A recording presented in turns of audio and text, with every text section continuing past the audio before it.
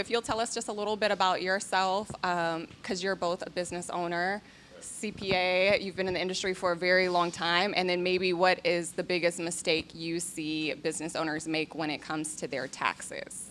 Tristen Paige Wilson, Assistant Vice President, Community Development Officer for Frost Bank.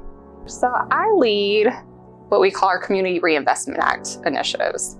It's a mandate that mandates all banks, a regulation of how we hold ourselves accountable to serving low and moderate income communities. So there's kind of 4 pillars that we focus on in my space. That's community service, which in my world is big on financial literacy. That's gonna be affordable housing, economic development, as well as projects that revitalize low and moderate income communities. Why is it important for financial institutions to invest in the community? It's a responsibility, not just because it's compliance, but because of the role that financial institutions play in the community, how we have the magnitude and the resources to really transform communities for the better. I think we are charged with reaching small business owners to provide lending that will help them scale and grow, which ultimately creates job creation. It creates just a plethora of opportunities that banks have to take the first step. Financial institutions as a whole have to take the first step at being a part of that. Frost really focuses on both the arts and supporting nonprofits because they're the feet on the ground. They're the boots on the ground that are doing the heavy lifting to really reframe possibilities, to provide opportunities for those that might have historically not had those same opportunities. Turning Paiges is about how the book of life isn't over until God calls us home, and how you can turn the page on any circumstance to get to a new chapter of life. So it doesn't matter if you fell down on page 1, you can turn the page to page 2 and you got up again. Doesn't matter if you sinned on page 3, you can turn the page to page 4 and you've been forgiven. It was birthed out of a place of both pain and faith.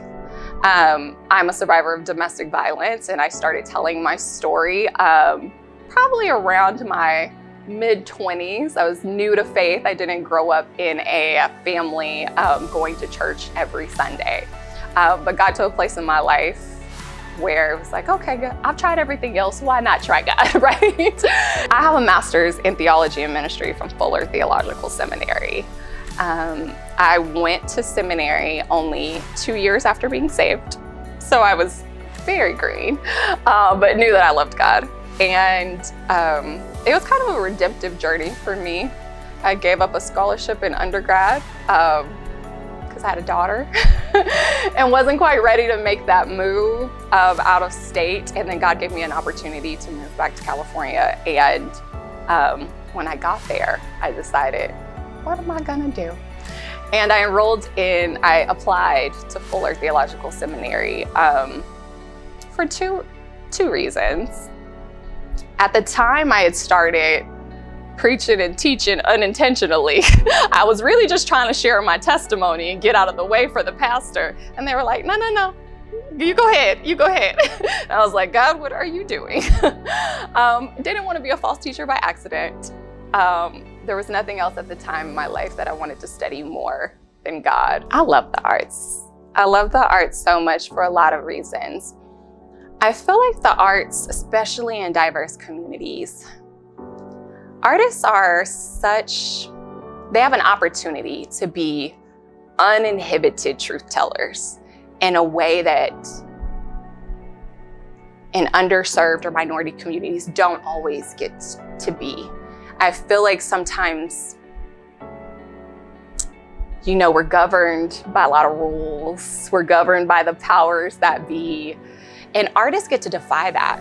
Art is a place where those that have been silenced get to be heard.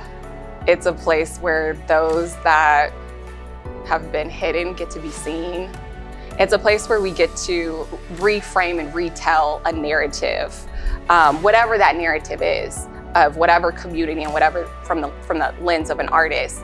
But it's a place where you get to dream It's a place where you get to see yourself and others in a way that gives you a little bit more sense of freedom. And I think that's what we all want. I think we all want to feel a little bit more free. And I feel like the arts has a way of reminding us of the possibilities. My name is Tristen Paige Wilson, and this is my story.